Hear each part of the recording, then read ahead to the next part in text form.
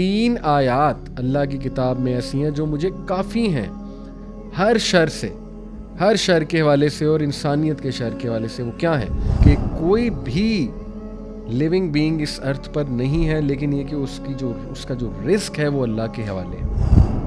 ہم میں سے کئی لوگ نوکری کی تلاش میں نکلتے ہیں اور دبئی چلے جاتے ہیں، کسی دوسرے ملک جاتے ہیں اور وہاں جا کے گناہوں میں پڑ جاتے ہیں، اللہ معاف کرے۔ یعنی اللہ سے تعلق ہی نہیں قائم ہوتا اور بس نوکری کی تلاش میں۔ تو توکل ہمیں ڈاؤٹ سے، فیئر سے، انگزائٹی سے، ورس سے اور اس وری سے نا کہ کچھ ہونے والا ہے، کچھ غلط نہ ہو جائے، کوئی خوف سے ان چیزوں سے بچاتا ہے۔ سبحان اللہ کہ کچھ نہیں ہو سکتا جب تک اللہ نہ چاہے۔ یعنی ہمیں بگر پکچر دکھاتا ہے توکل، کہ اگر اللہ نے ایک ڈور کلوز کیا تو سیورل ڈورز اوپن بھی کیے۔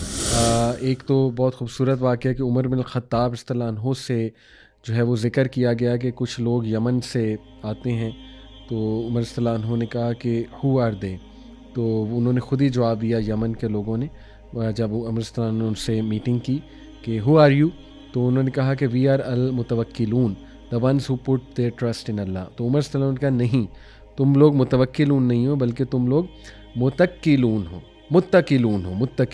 ہو rely on the means not on اللہ، کیونکہ متوکل وہ ہے جو بیج بوتا ہے زمین میں اور پھر اس کے بعد اللہ پہ ٹرسٹ کرتا ہے۔ تو یہ ایک انہیں تلقین تھی کہ تم اگر یمن سے آ رہے ہو تو کچھ لے کر آؤ۔ بہت یہ بھی خوبصورت ایک ہمیں تلقین کی گئی ہے اس کے حوالے سے۔ عامر ابن عبد قیس رحمہ اللہ ایک سلف ہیں، وہ کہتے ہیں کہ 3 verses in Allah's book suffice me from all the creation۔ اللہ اکبر۔ 3 آیات اللہ کی کتاب میں ایسی ہیں جو مجھے کافی ہیں ہر شر کے حوالے سے اور انسانیت کے شر کے حوالے سے۔ وہ کیا ہے؟ پہلی آیت ہے جی سورہ یونس میں، آیت نمبر 107، وَإِن يَمْسَسْكَ اللَّهُ بِضُرٍّ فَلَا كَاشِفَ لَهُ إِلَّا هُوَ وَإِن يُرِدْكَ بِخَيْرٍ فَلَا رَادَّ لِفَضْلِهِ يُصِيبُ بِهِ مَن يَشَاءُ مِنْ عِبَادِهِ وَهُوَ الْغَفُورُ الرَّحِيمُ۔ And if Allah touches you with hurt, there is none who can remove it but He۔ اور اگر اللہ تمہیں چھو لے کسی شر سے، کوئی مصیبت آ جائے، کوئی دور نہیں کر سکتا سوائے اس کے۔ But if He intends any good for you، اگر اللہ وہ تم سے کوئی خیر چاہے گا، کوئی نہیں جو اس کی فیور کو ریپیل کر سکے یا اس چیز کو روک سکے جو تم تک پہنچنی ہے سوائے اس کے۔ اور وہ جس کو چاہتا ہے جو دیتا ہے، جس کو چاہتا ہے اپنے بندوں میں سے فضل دیتا ہے، بے شک وہ بہت زیادہ غفور اور رحیم ہے۔ یہ کہتے ہیں، وہ پہلی آیت ہے جو مجھے کافی ہو جاتی ہے۔ دوسری آیت وہ کہتے ہیں جو مجھے کافی ہو جاتی ہے، وہ سورہ ہود کی ہے، آیت نمبر 6، وَمَا مِن دَابَّةٍ فِي الْأَرْضِ إِلَّا عَلَى اللَّهِ رِزْقُهَا وَيَعْلَمُ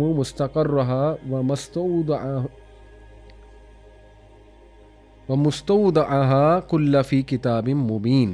And no moving living creature is there on earth, but its provision is due from Allah, and He knows its dwelling place and its deposit. All is in a clear book۔ اللہ اکبر۔ کہ کوئی بھی living being اس ارتھ پر نہیں ہے، لیکن یہ کہ اس کا جو رزق ہے وہ اللہ کے حوالے ہے، اللہ کے پاس ہے، اللہ کی ذمہ داری ہے۔ اللہ جانتا ہے اس کے ڈویلنگ پلیس کو اور اس کے ڈپازٹ کو، یہ تمام کی تمام چیزیں درج ہیں کتاب مبین، ایک بہت ہی کلیئر بک میں۔ یہ آیت انہیں کافی ہو جاتی ہے۔ دیکھیں اسلاف اس طرح اپنا ایمان اور توکل بلڈ کرتے تھے، آیات سے اسٹرینتھ لیتے تھے۔ تو ہم گانوں سے لیتے ہیں، ٹھیک ہے، ہم میں یہی تو فرق ہے۔ بلکہ وہ ایک بہت خوبصورت بات ہے نا کہ ایک سلف سے پوچھا گیا کہ صحابہ اور ہم میں کیا فرق تھا، تو انہوں نے بڑا خوبصورت جواب دیا کہ صحابہ کے ہاتھ میں دنیا تھی اور دل میں اللہ کی محبت تھی۔ تمہارے جو ہے نا وہ نہ ہاتھ میں دنیا ہے، نہیں بلکہ کیا ہے، ہاں، بلکہ کسی نے ایک سلف سے پوچھا نا کہ صحابہ اور ہم میں کیا فرق تھا، تو انہوں نے جواب دیا کہ صحابہ کے دل میں اللہ کی محبت تھی اور ہاتھ میں دنیا تھی۔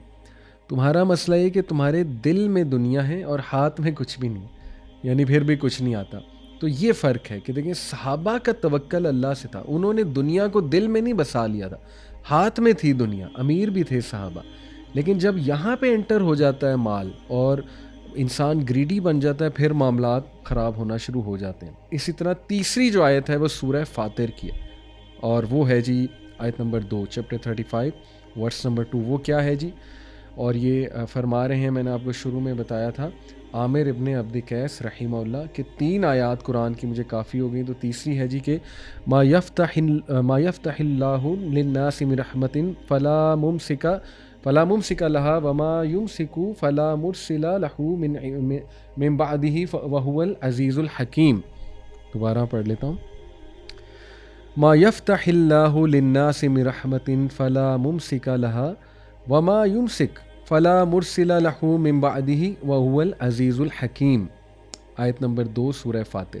Whatever of mercy that is of good Allah may grant to mankind, none can withhold it, and whatever he may withhold, none can grant it thereafter, and he is the Almighty, the All-Wise. Subhan Allah, یعنی کہ amazing, such strength from قرآنی آیات.